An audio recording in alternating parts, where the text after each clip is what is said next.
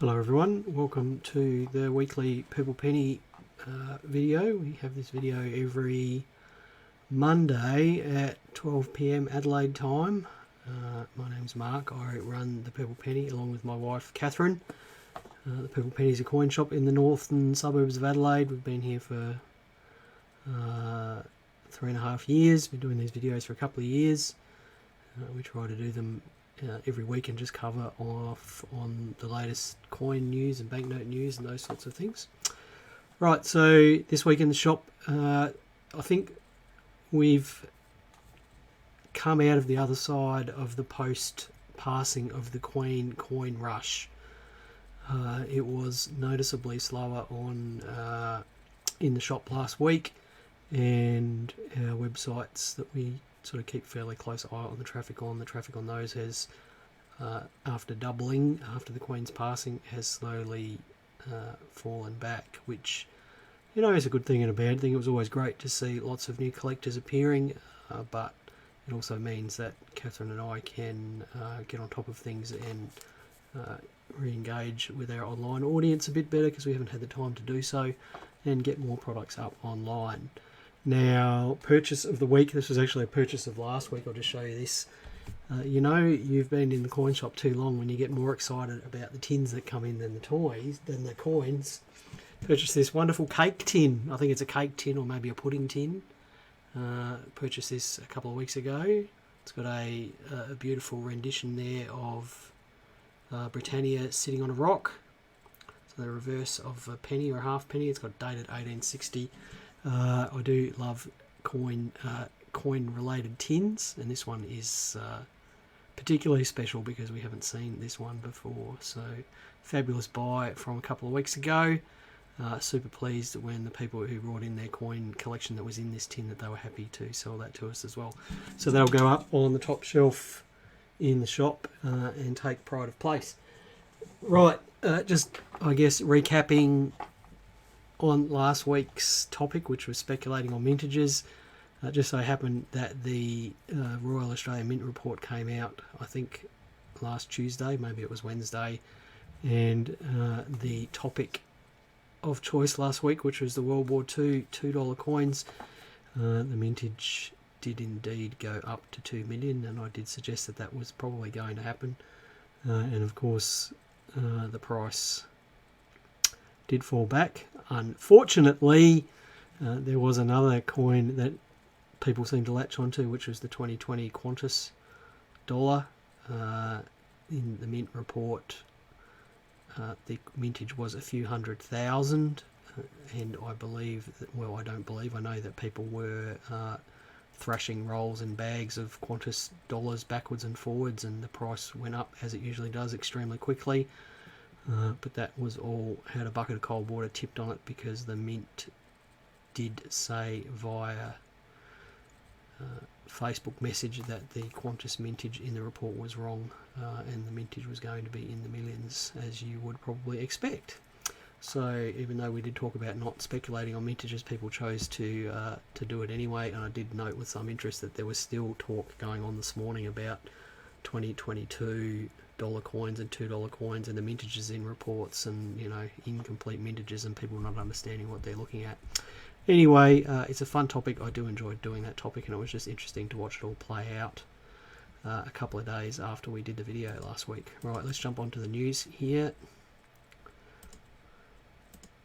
Right, so the theme for the 2023 Unk and Proof sets has been announced, and there's going to be a coloured dollar coin in both sets, and it's Vegemite. I don't know why it's Vegemite. I don't know if there's some sort of anniversary or something like that, but they are due for release on the 17th of November. You can see the prices there: $33 for the Unk set, $130 for the Proof set. We found out our allocations this morning. We're not going to have everything that we wanted on release day. There will be enough to put some up online, so those of you who registered your interest with us last week, we will be emailing you at release day, at release time, with a link to our website where you can buy both of those items. And as I have said to people this week in the shop, please don't overpay for the 2023 Unk and Proof sets, because they will be available after this initial release day. I can tell you that we're getting our order in several stages.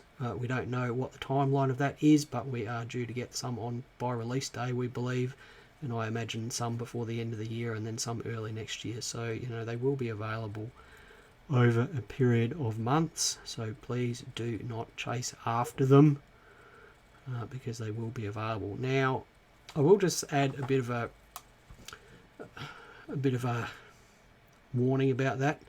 The Mint has issued several Mint sets in 1 year before, and maybe they're going to do this again, because if they get the Charles III portrait authorised, they might issue a Mint set for that as well, a 2023 Mint set for that as well, but we don't know. It's purely conjecture.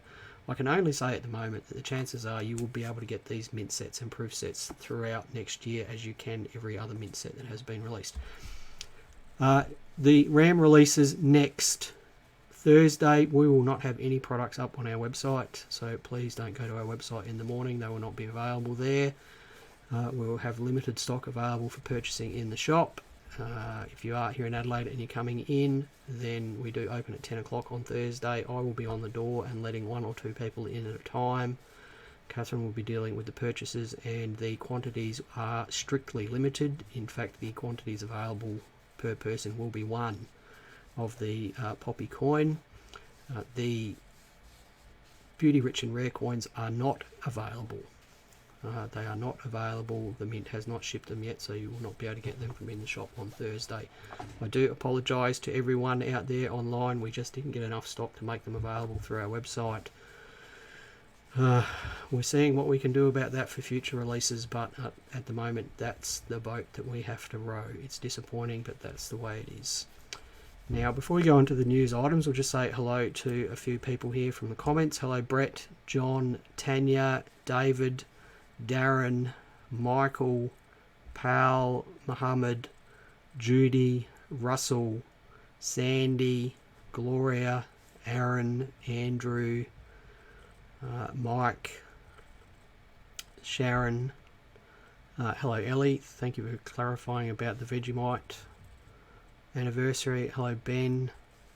Mike is suggesting here that 2022 mintages might be a bit lower with QE2 dying. Perhaps, Mike. As you know, I don't like to have any conjecture about these sorts of things, but you know, you wonder whether the Mint hadn't produced all of the production dies that they needed already for 2022, and you would imagine that they will use those up. I can't see a government department throwing those things away and throwing money away when they've got the opportunity to mint a whole bunch of 2022 coins with them.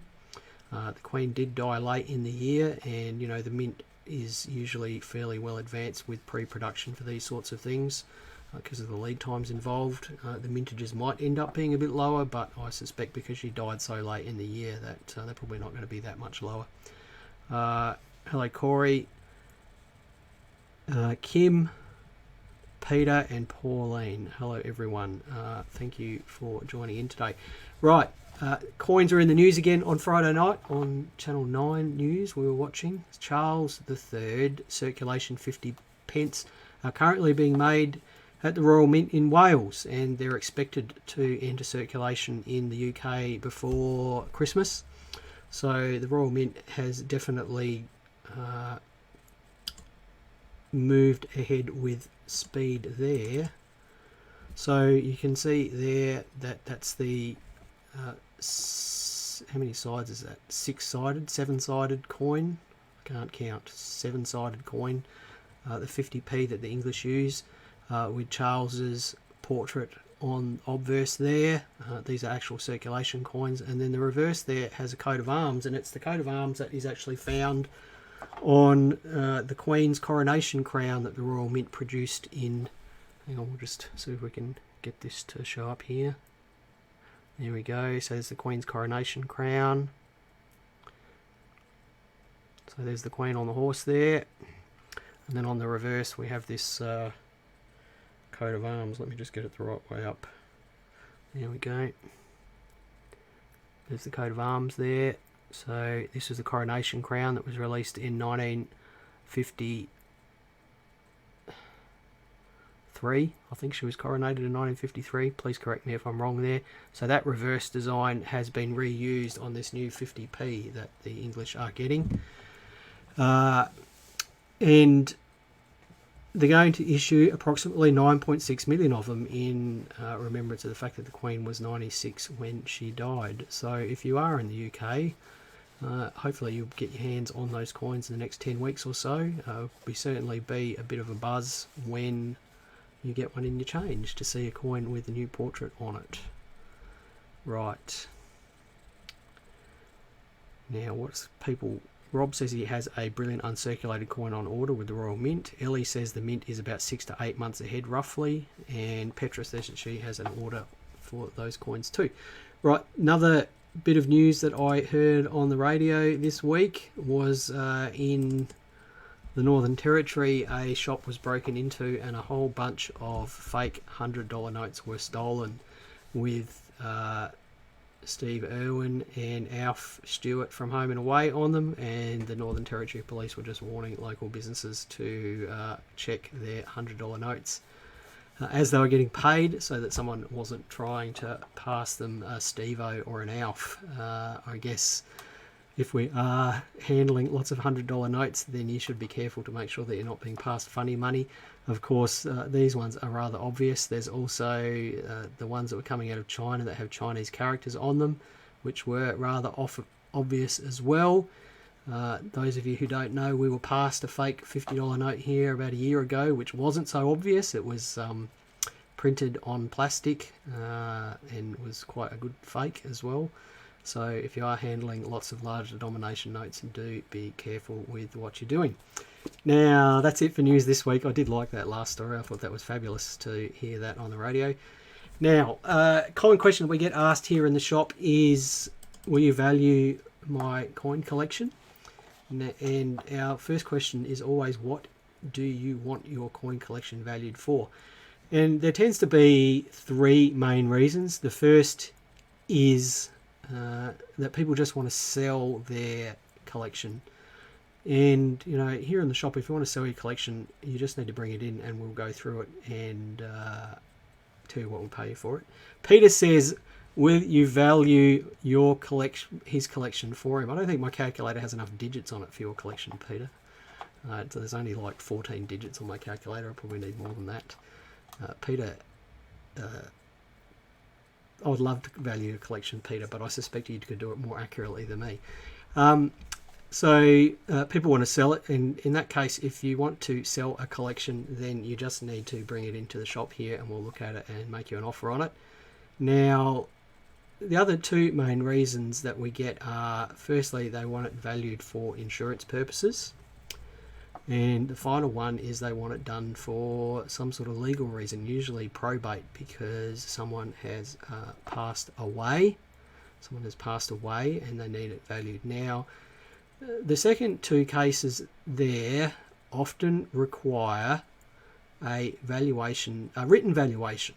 And how you accomplish that written valuation, I guess, is up to you. Some legal sources require you to have a written valuation by an expert in the field, and other legal and insurance sources are quite happy for you to come up with your own valuation as long as you have supporting documentation. So we'll just put up the first slide here. So why do you want one? I've just covered off on those three reasons about why you might want one. So can you do it yourself?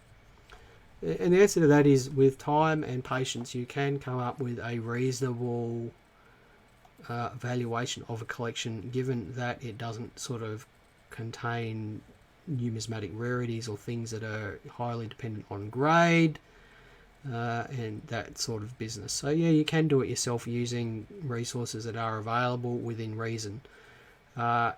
What's the valuation worth to you? I guess that's a question that you need to ask yourself. And the reason that I do say that is that if you do want a professional valuation of a collection, then the valuation could well cost you a significant percentage of the cost of the collection, and it's simply not worth getting a professional valuation.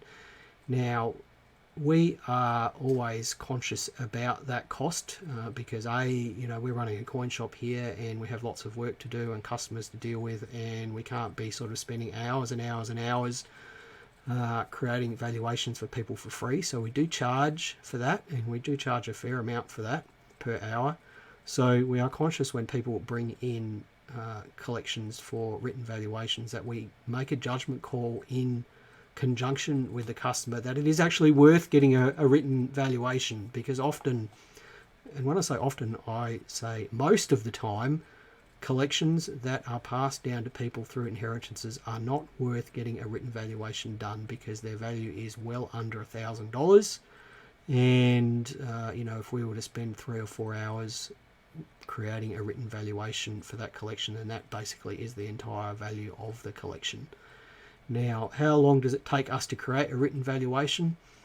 Catherine and I, about 2 years ago, valued a mint product collection that was about 8 plastic crates full of mint product and PNCs and things like that. It took us 9 hours on Saturday to value the collection, 9 hours to create a full written valuation. And we only charged the customer for the 9 hours rather than 2 lots of 9 hours, which is what it really took us. But that was still, of the order of 10 to 15% of the value of the collection. So, it's not a professional valuation is something that is not to be entered into lightly. Peter is saying time and a half for Saturday. Ha, Peter, if Catherine and I got paid penalty rates, the Purple Penny would have gone bankrupt 2.5 years ago. We do pay our lad Jared, who comes in on Saturdays, penalty rates, but we don't pay ourselves penalty rates, of course. So if you are looking to get a collection professionally valued, then the first thing you should ask the valuer is this worth getting valued? We have from time to time for very small collections just written a simple letter saying that we viewed a collection that contained a few key items and this is our perceived value, but even that is going to cost you $100 or $200 because it still takes half an hour or an hour to get that done. So the next thing is, can you do it yourself? And the answer is yeah, you can do a lot of it yourself. And what sort of resources are available? I'll just bring up the next slide. There are online resources, obviously. There's online catalogs. There's the NGC World Coin Price Guide. There's Numista.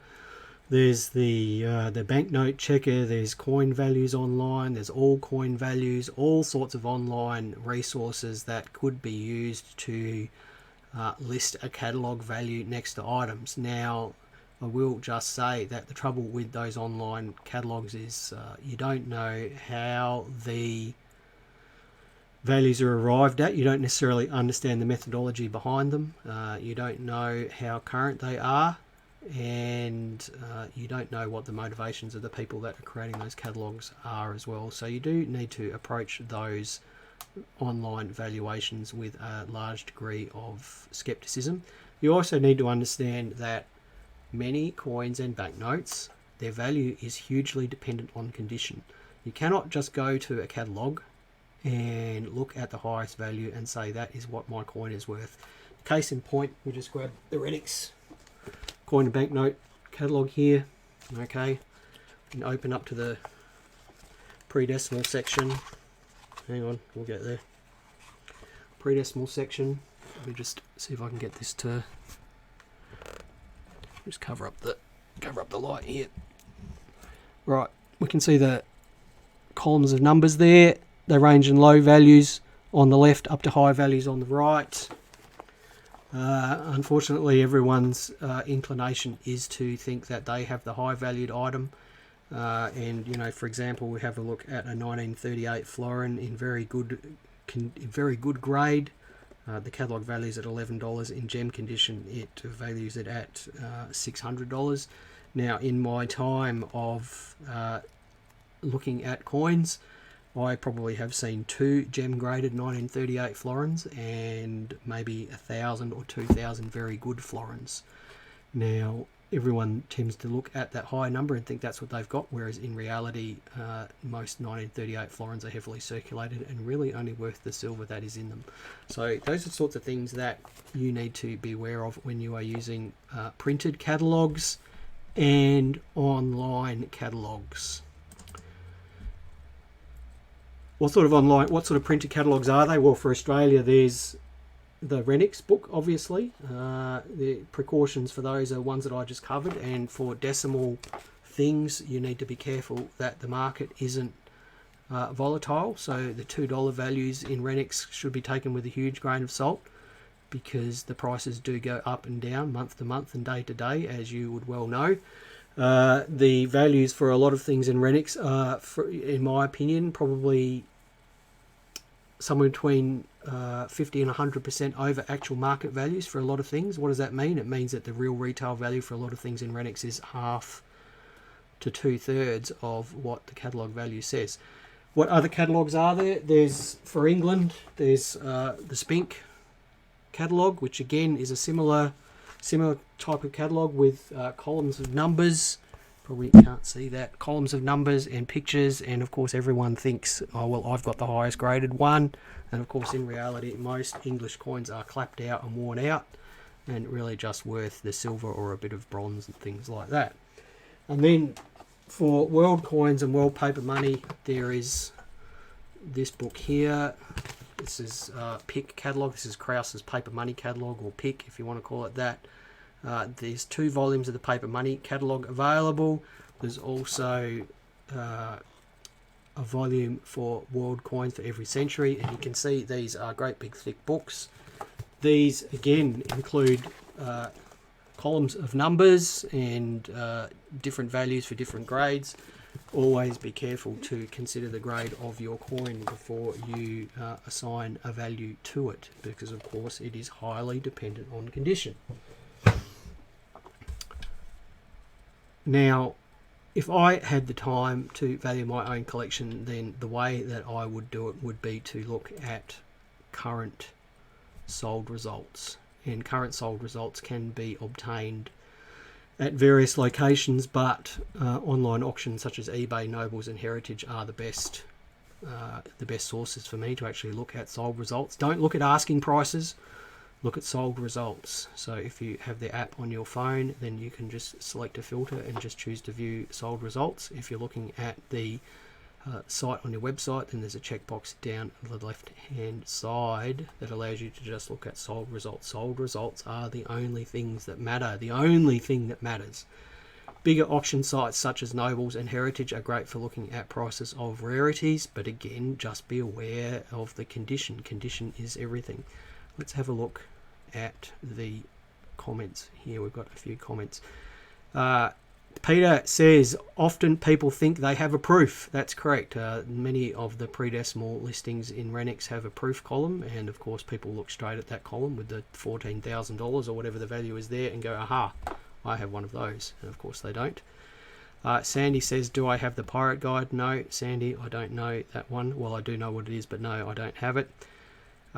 David says catalogues are also prices in a retail setting. Also, average grade coin prices in a catalogue are overpriced in my opinion. Just because it says a 1927 penny in EF is worth $80 doesn't mean you'd ever get anywhere near that. So that's an important thing to understand, is that the values in Renix were provided to Renix by dealers, I believe, and they are prices that that particular dealer would like to achieve for coins in that particular condition.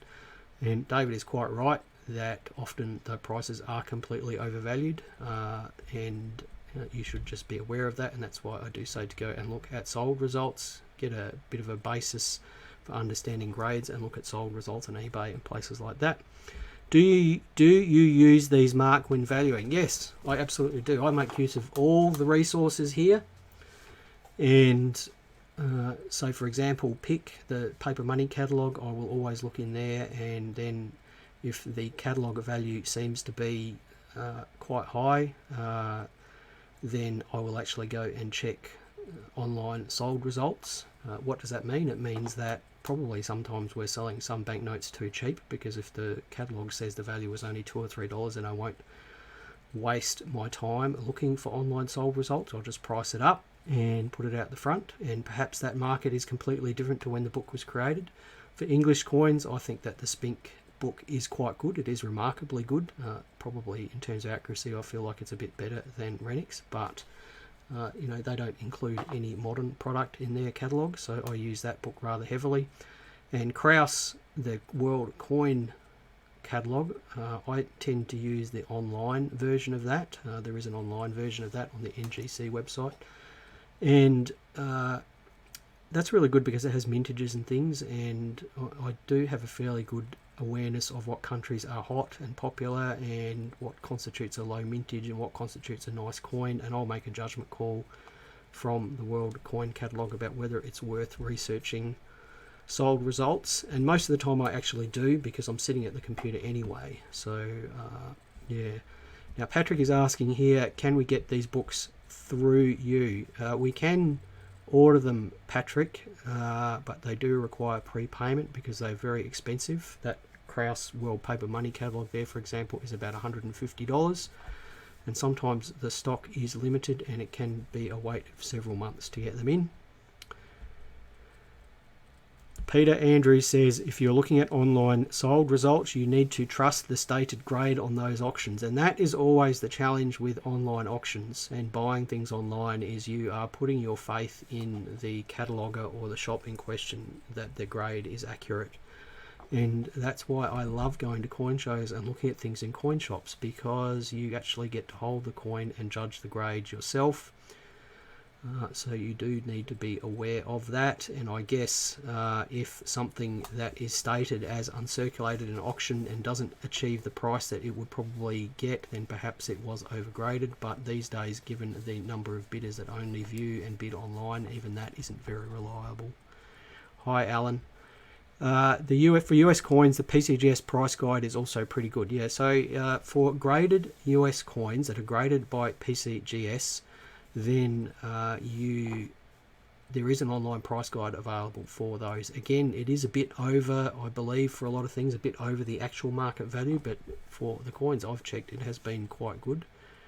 And David Trotter is talking about a site called Numa's Tip, which I believe is Walter Eigner's site, the old blue sheet or whatever it was called back in the day, which is a price guide that Walter Eigner puts together. I believe it's also a bit of a resource for lots of online auction results. I haven't looked too much of that. Michael is saying he takes screenshots of all his purchases, especially from eBay, and save them all on my computer. Now, that's a really good idea, and I think for insurance valuations, that often is all that they require. The challenge is, of course, is when prices change, because just because you paid 6 months ago $220 for your red poppy on a card, and you've got beautiful printouts of that, doesn't mean you can replace that now for $220. So you know, it is a bit of a challenge because of the prices fluctuating so much. And David is saying you could also check a Facebook coin buy group, and that's the last point I've got on this slide here, David, is if you do follow coin sales on Facebook, especially auctions, you can get a very good idea of what things are actually moving for in the market right there and right then. The one thing I would strongly advise against on social media is asking people for valuations, because the quality of the results can be questionable, which is a very tactful way of saying that some people post up valuations that seem to be generated by a random number generator somewhere, or just read straight out of Renix or plucked from somewhere else. So do be a bit wary about crowdsourcing valuations for your collection. Right, that is it about valuations. If you do need a valuation and you are here in Adelaide, you're welcome to come in and talk to Catherine and I, and we'll set you straight about whether you really need one or not. And, you know, I guess as a customer of coin dealers, you should be patient with coin dealers, because they do have shops to run and they don't necessarily have time to stand there and spend 3 hours providing you a valuation for free, because they do have other work to do. Often free valuations are a feature of coin expos. You can go and talk to people at dealers at coin expos and they will give you retail valuations on things. It won't be down to every last coin, but they will take the time to do so. and I certainly spent a lot of time doing that at the Adelaide Coin Expo, more so than what I will do here in the shop, because it is a service that we provide at the Coin Expo, whereas here in the shop, well, I'm quite happy to, spend a few minutes with people looking at their collection. As I keep saying, we do have other things to do and other customers to take care of. Right. Patrick says he's not sure that he'd trust Facebook. I don't think anyone trusts Facebook, Patrick, so you're not alone there. Right, that's it for today. We've gone over 30 minutes. Thanks everyone for watching. Please stay safe, happy collecting. I hope everyone's health is well. Good luck with the release on Thursday. I hope you get what you want. As I've already said, we will not have any of the new releases up on our website, so please don't go and hammer our website looking for them, because they will not be there. Alright, bye for now. See you everyone.